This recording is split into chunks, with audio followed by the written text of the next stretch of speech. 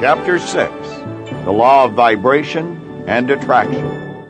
Thoughts Are Things, by Henry Van Dyke. I hold it true that thoughts are things. They're endowed with bodies and breath and wings, and that we send them forth to fill the world with good results or ill. That which we call our secret thought speeds forth to earth's remotest spot, leaving its blessings or its woes like tracks behind it as it goes. We build our future thought by thought, for good or ill, yet know it not. Yet so the universe was wrought. Thought is another name for fate. Choose then thy destiny and wait, for love brings love, and hate brings hate. The law of vibration and attraction. Any idea that is held in the mind, that is either feared or revered, will begin at once to clothe itself in the most convenient and appropriate physical forms available. By Andrew Carnegie. Dr. Werner von Braun. In an interview held with Dr. Werner von Braun in February of 1976, Dr. von Braun was quoted as follows: "After years of probing the spectacular mysteries of the universe, I have been led to a firm belief in the existence of God. The grandeur of the cosmos serves only to confirm my belief in the certainty of a creator. I just cannot envision this whole universe coming into being without something like divine will. The natural laws of the universe are so precise that we have no difficulty building a spaceship to fly to the moon and can time the flight with the precision of a fraction of a second. These laws must have been set by somebody."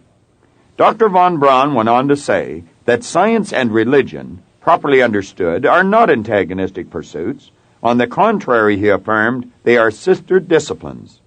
For through the scientific method, one learns more about creation, whereas by virtue of the study of religion, one gains a greater insight into the Creator. By employing the tools of science, man attempts to harness the forces of nature which surround him. Through religion, on the other hand, he endeavors to control the forces of nature which are at work within him. After a brief pause, he added, "There would not be a single great accomplishment in the history of mankind without faith. Any person who strives to accomplish something needs a degree of faith in himself. And when he takes on a challenge that requires more and more moral strength than he can muster, he needs faith in God or whatever you choose to call the power." Years before anyone would accept the idea of a man traveling to the moon and back, Dr. von Braun was asked what it would take to make a rocket to reach the moon. He replied simply, "The will to do it." Von Braun was, clearly, a brilliant man who possessed a great understanding of life and a tremendous awareness of the laws of the universe. In fact, he is considered by many experts in the field to be the father of the space program. Like all great achievers, moreover, he had gained a profound insight into the spiritual laws of life, and one of those laws is the law of attraction. This is the law I would like to delve into now. Indeed, an understanding of this particular law is actually the key to understanding this entire book. The reason this is so is that the law of attraction is the underlying principle which governs the level of your personal prosperity. However, to help you achieve a really solid grasp of this concept, it will be necessary for us to focus briefly on another law, namely the law of vibration. The law of vibration accounts for the difference between mind and matter, between the physical and the non-physical worlds. According to the law of vibration, we postulate that everything vibrates or moves. Nothing sits idle. Everything is in a constant state of motion, and therefore there is no such thing as inertia or a state of rest. From the most ethereal to the most gross form of matter, everything is in a constant state of vibration. Moving from the lowest to the highest degree of vibration, we discover there are literally millions upon millions of intervening levels or degrees. From the electron to the universe, everything is in a vibratory motion. Energy is manifested in all the varying degrees of vibration. Rates of vibration are called frequencies, and the higher the frequency, the more potent the force. Since thought is one of the highest forms of vibration, It is very potent in nature and therefore must be understood by all of us. Now, the law of vibration may be explained in many different ways, depending upon the purpose for which it is being explained. In this chapter, however, it is our intention to confine our inquiry to thoughts alone, so we may thereby improve our understanding of the law of attraction. Vibration. To vibrate means to move backwards and forwards, to oscillate, to shake, to quiver, to swing, to waver, to cause to quiver. To obtain a more graphic conceptualization of the idea of vibration, just stretch out one of your arms straight in front of you. Then hold it perfectly still.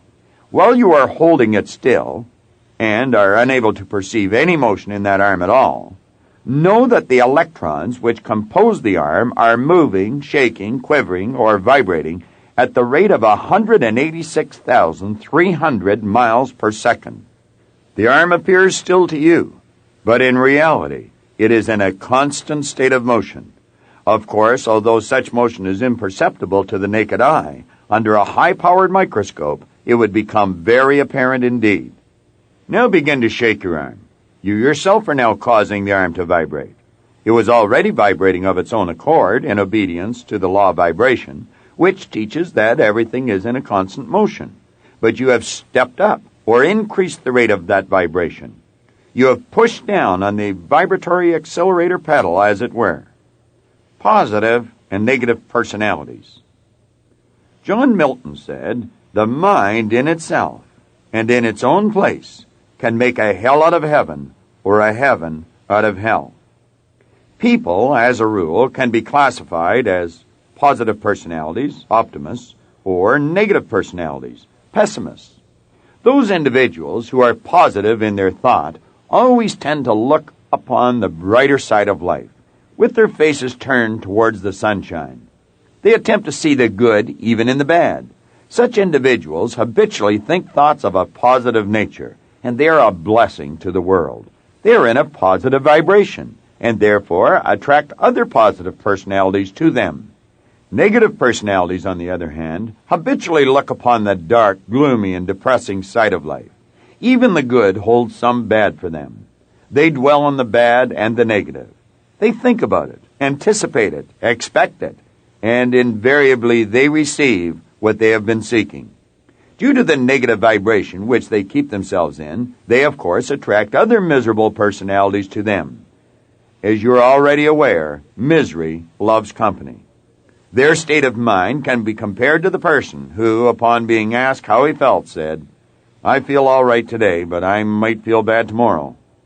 Negative personalities are depressing to everyone around them. Their faces take on the expression in physical form of the negative thoughts which they are holding in their minds. Each day one can observe such individuals passing on the street. No cheer, no joy radiates from them. Just gloom, frowns, and hostility.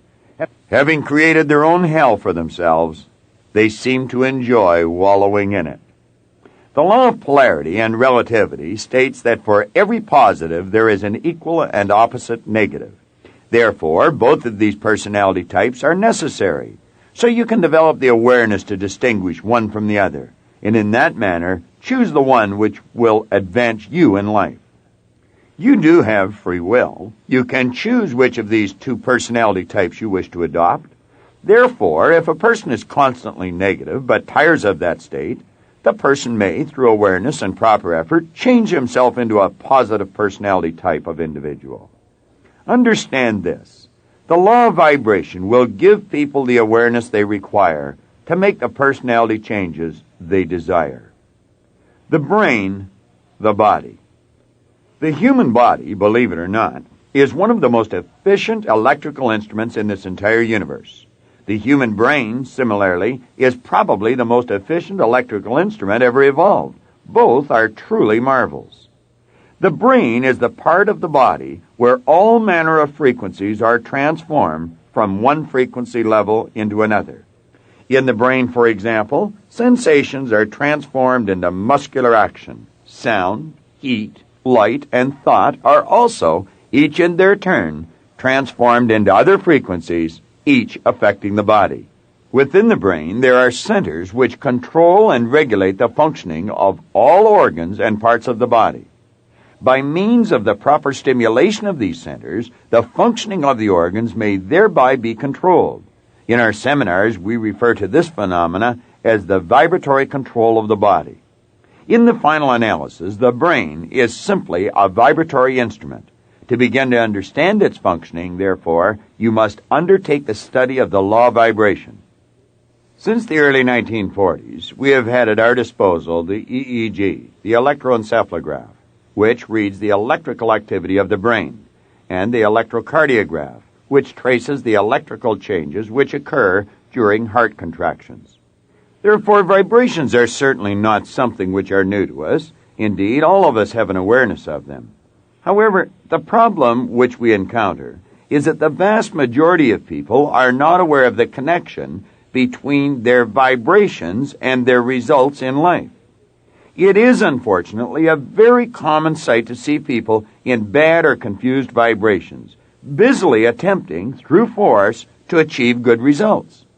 However, due to the negative vibration which they are in, they are continually being bombarded by all manner of negative people and situations, which, by law, are being attracted to them. Consequently, at some point, their battle must become overwhelming for them. These people may be likened to a person who is jumping off the top of a building and trying to go up at one and the same time.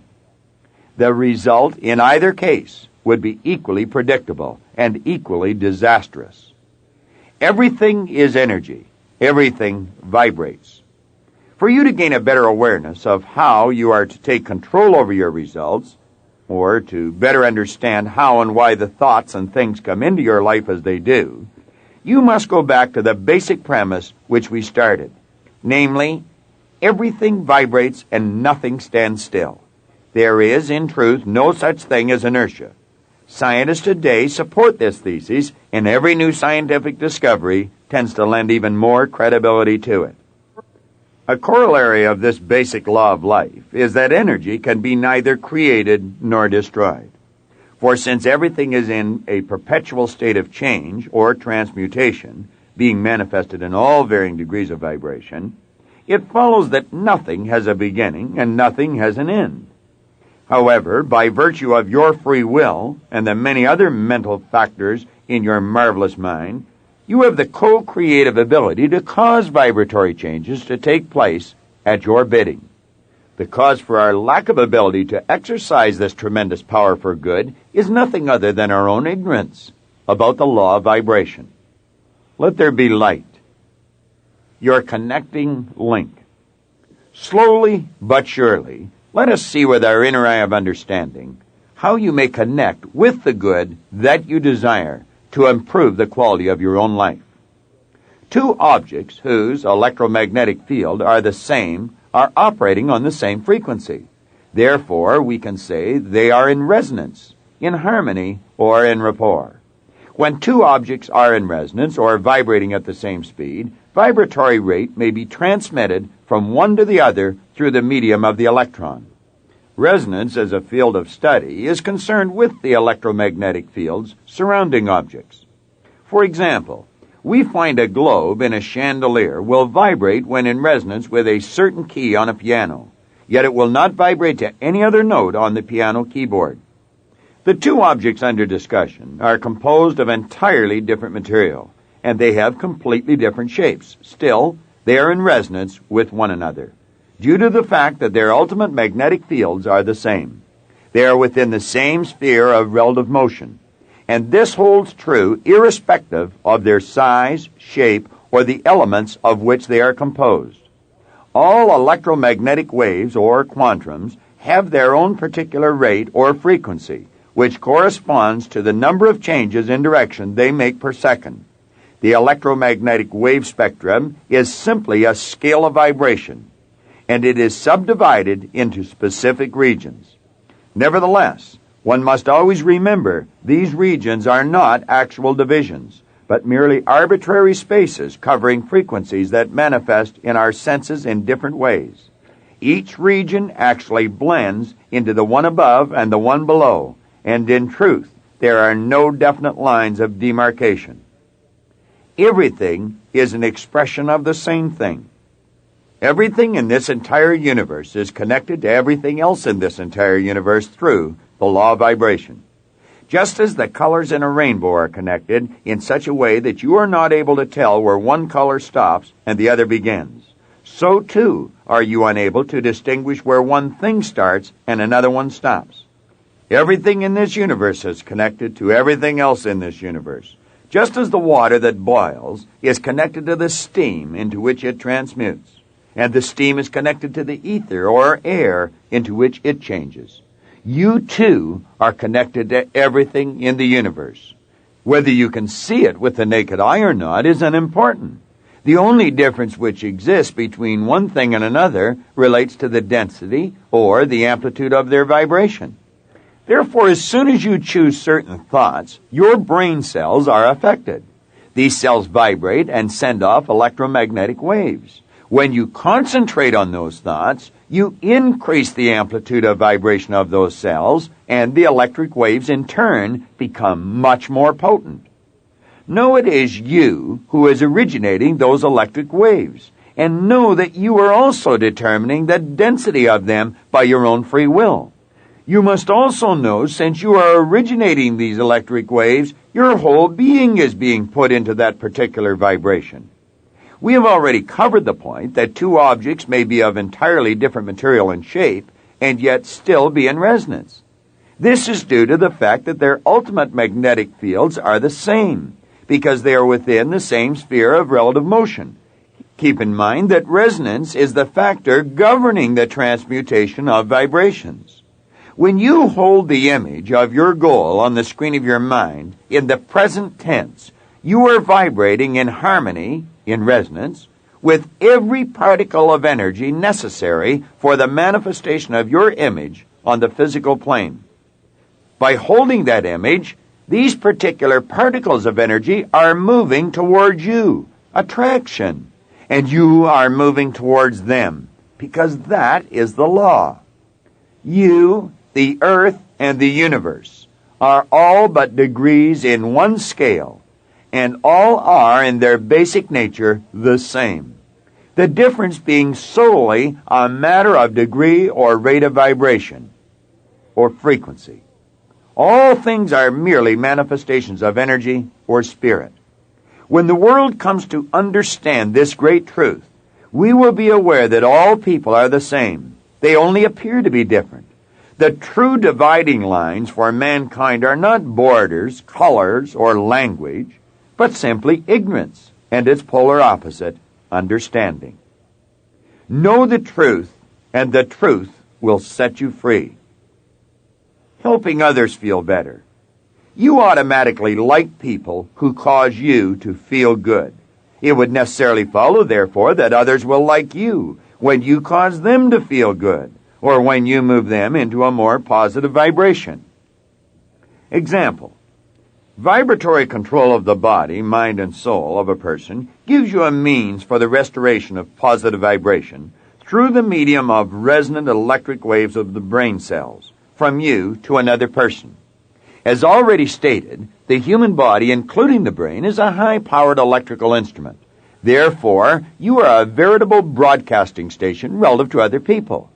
When the tune-in between you and them has been completed, or when the composite personality has been established between you and the other person receives and becomes conscious of the vibrating thought being broadcast by you. Under the law of perpetual transmission and transmutation of energy, the other person, being a low potential of energy, takes on this added energy, which is being sent out by you. And, like a weak battery, the other person becomes recharged, more energetic, and more positive as a result of his contact with you. The process of transmitting energy between you and the other person is exactly the same process which takes place between the broadcasting station and the radio. That is to say, laws which are identical in nature govern both phenomena. Vibrations and attitude. Every physical thing throws off a vibration.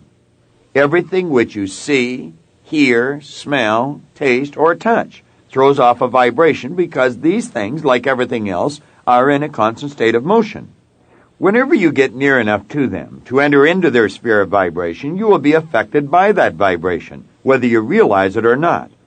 Have you ever noticed, for example, how peaceful you feel or vibrate while walking alone in the woods? The law operates exactly in the same way in the mental realm. For when a person thinks a thought, it means the person has consciously or unconsciously started a group of brain cells vibrating abnormally. Once these brain cells, being things, begin to vibrate abnormally, they throw off a wave of electronic energy, which moves out seeking a place to land. If you are in the sphere or space of their vibrations and you happen to have similar cells which are in rapport, in harmony or agreement with the ones vibrating in the other person's brain, then you receive these vibrations and are affected mentally by them, either negatively or positively. It is clear that everyone in sales or management should thoroughly understand this information. Let us suppose that another person is vibrating to anger concepts. If you are the type of person who becomes easily angered, and you happen to enter the vibratory field of those anger vibrations, then those vibrations will strike the anger cells in your own brain. A condition of resonance being present, these vibrations will start your brain cells vibrating, and your entire being will move into that vibration, and you will become irritated or angry, even though you may or may not know the cause of your own anger. If you do not understand what has happened, you will, of course, be at a loss to change the conditions which caused the effect in the first place. The same principle applies to all mental vibrations, for as soon as a person starts to think, he thereby starts brain cells vibrating. Energy is released, therefore in the form of electrons, which travel out according to the intensity of the thought involved. Whoever stops that energy is affected by it. But bear in mind, the only thing which stops a thought is that which resonates with that thought. This means if you should run into an electromagnetic vibratory field of negative thoughts, you will, if you are that type of person, become negative yourself. Conversely, if you run into a positive vibratory field, you will experience the opposite of the negative, namely the positive. Since the air we breathe is literally filled with both types of vibrations, they are constantly bouncing into your brain. As a result, you could become like a ship without a rudder, tossed about at the mercy of whatever is vibrating or in the air. However, once you understand the law of vibration, you are in a position to insulate yourself against the negative vibrations. You can then be in control of yourself in the true sense of the word, and you will begin to attract to you the things and circumstances that you choose. Become a mental magnet. Attract what you need for the physical manifestation of your image. If it is true that energy or spirit is neither created nor destroyed, and everything in its original state is either energy or spirit, it necessarily follows that everything you will ever want is already here. It is simply a matter of choosing the thoughts which will put you into harmonious vibration with the good that you desire. Everything you are seeking is seeking you in return. Therefore, everything you want is already yours. So you don't have to get anything. It is simply a matter of becoming more aware of what you already possess. The moment you bring your life into harmony with the law, into harmony with the current of divine order, you will find the negative will have taken wings, for its cause will have been removed, and you will no longer attract what you don't want. The secret to receiving on the physical plane the results you desire is always locked into the law of attraction. This entire book has been designed to help you understand how to get into harmonious vibration with the good you desire, and then how to stay in that positive vibration, so you will begin to attract whatever you need for your image of prosperity to move into form. The acorn analogy. In Raymond Holliwell's magnificent book, Working with the Law, Holliwell points out in the chapter entitled The Law of Success the following: all of the processes of nature are successful. Nature knows no failures. She never plans anything but success. She aims at results in every form and manner. To succeed in the best and fullest sense of the term, we must, with nature as our model, copy her methods. In her principles and laws, we shall discover all of the secrets of success. Keep in mind that everything in this universe you can see with the naked eye, and everything you cannot see, is an expression of spirit. Also bear in mind that spirit operates by exact laws. You are subject to those laws in just the same manner nature is. Therefore, Halliwell is right. We definitely should copy nature's methods. For years, I have held up an acorn in the seminar and used it as a device for helping people to gain a better understanding of how the law of attraction actually works in their life. So please visualize, if you will, an acorn. Then think, really think, about what it is you are looking at. Although the acorn may appear to be a solid object, by now you should clearly understand that the acorn, like everything else which appears to be solid, is in truth a mass of molecules at a very high speed of vibration. Within the acorn, there is a nucleus or a pattern plan that dictates the vibratory rate at which these molecules will move. Moreover, the same principle holds true for all seeds. In other words, every seed has a nucleus or a pattern plan within it, which dictates the vibration it will be in, and which governs thereby the end product into which it will expand or grow. I believe you are aware of this fact. Everything in the universe is governed by a basic law, either create or disintegrate. Therefore, it follows that if something is not in the process of growing, it must, by the law of its being, be dying.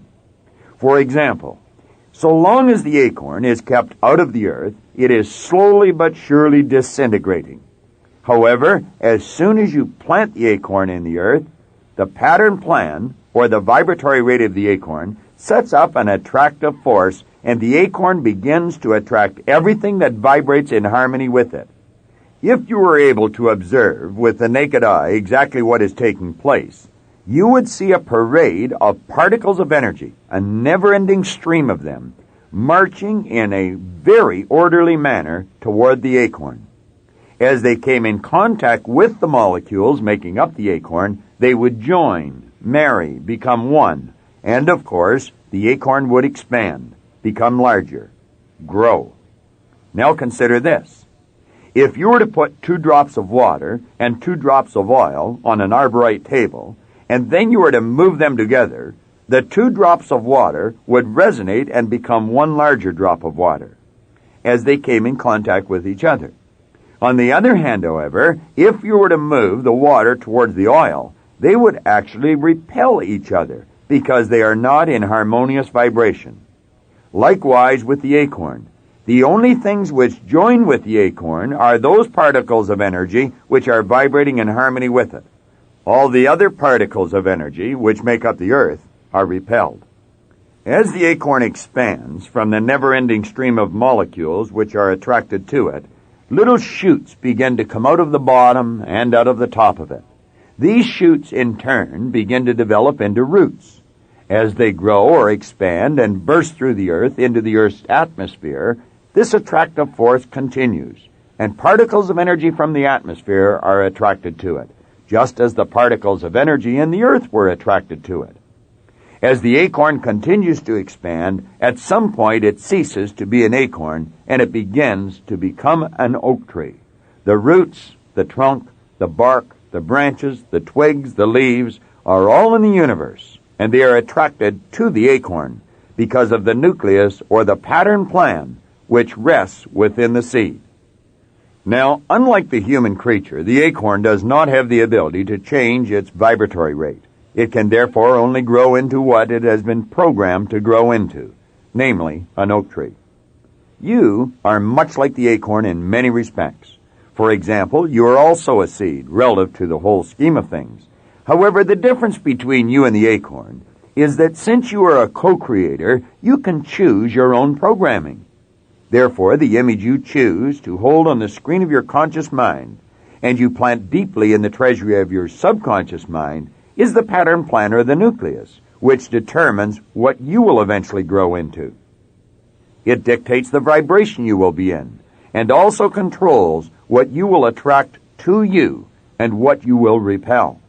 This is an orderly universe. Nothing happens by accident. The images which you plant in your marvelous mind instantly set up an attractive force, which governs your results in life. You must remember, though, if your image is continually fluctuating, you will continually be growing into something different, and that sets in motion a most chaotic process. Unfortunately, those individuals who are unaware of these very exact laws are planting images of plenty in their minds one minute and then images of poverty the next. They are continually switching vibrations, so they are attracting good things one minute and then bad things the next.